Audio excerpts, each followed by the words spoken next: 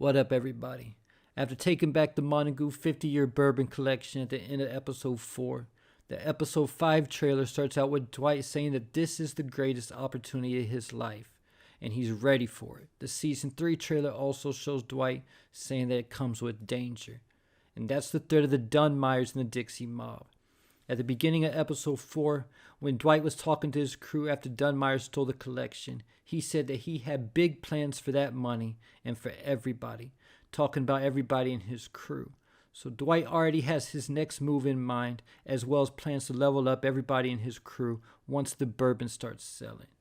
And with that said, it looks like the grand opening celebration or something like that for the 50-year batch is going to take place in episode 5. Because the trailer shows clips of Dwight, Spencer, Joanne, Cleo, Tyson, Mitch, and Bevilacqua all at this celebration. And we know this is a celebration for the Montague brand that they're at because there's a sign that says Montague in the background, as it was found in 1890. The scene with Mitch and Bevilacqua talking at this celebration has Mitch asking Bevilacqua if he was trying to go to war, with Bevilacqua responding that going to war is a pretty good bet.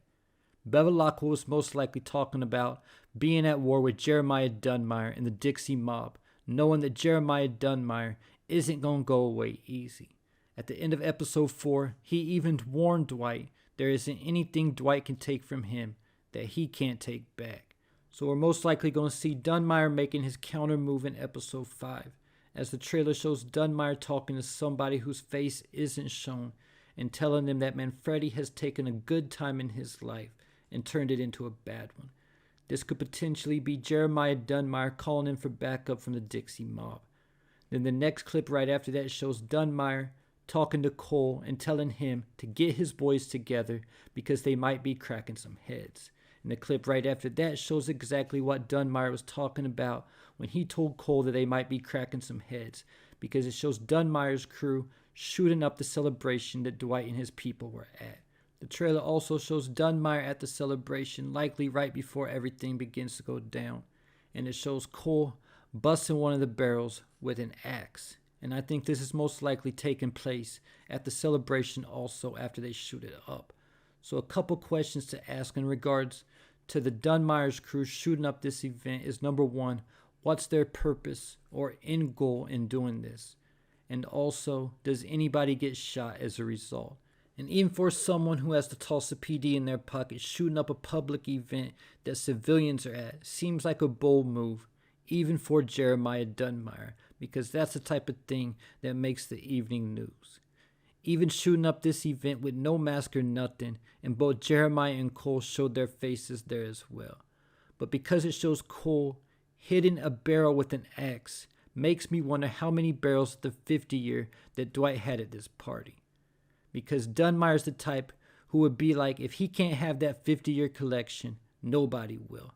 I think Dunmire would destroy the whole 50-year collection given the opportunity before he would let Dwight profit from it. In regards to the celebration, the Dunmire shooting it up, keep in mind that the thumbnail from the official Season 3 teaser video showed Dwight standing in front with Bigfoot, Bevilacqua, and Mitch all standing behind him with guns drawn.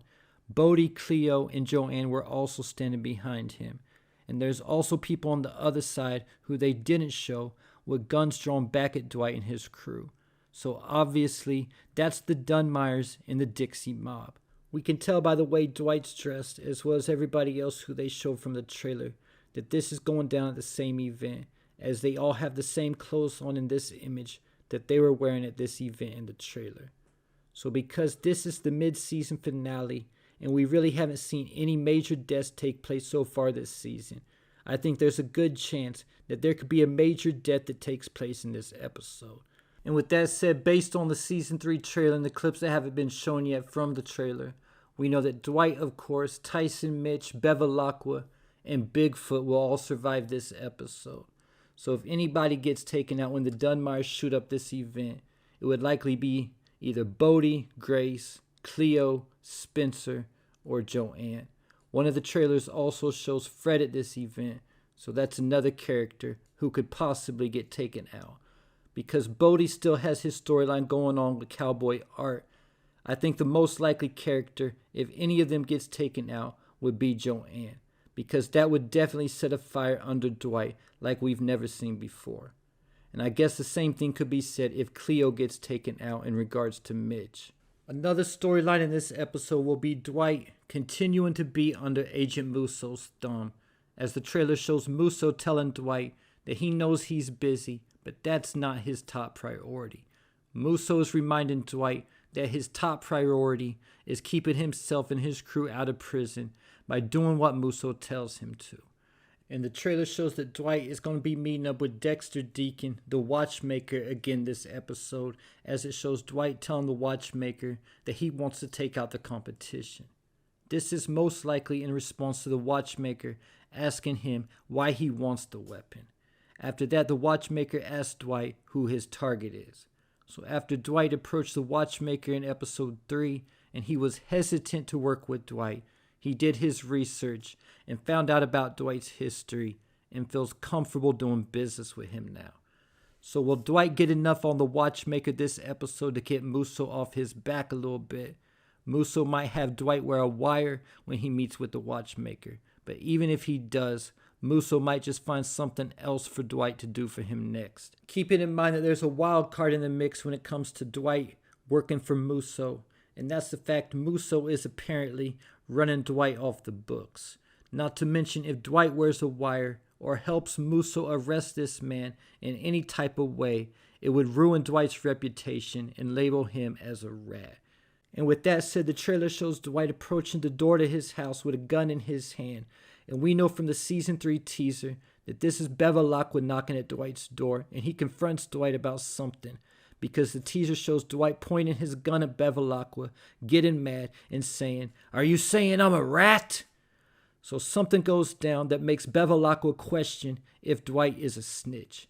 He might see him talking to Agent Musso, or if the watchmaker gets arrested after being with Dwight, one of these things might make Bevilacqua think that Dwight's a snitch.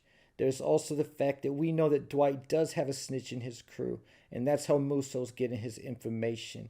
And that's what this could be in regards to also.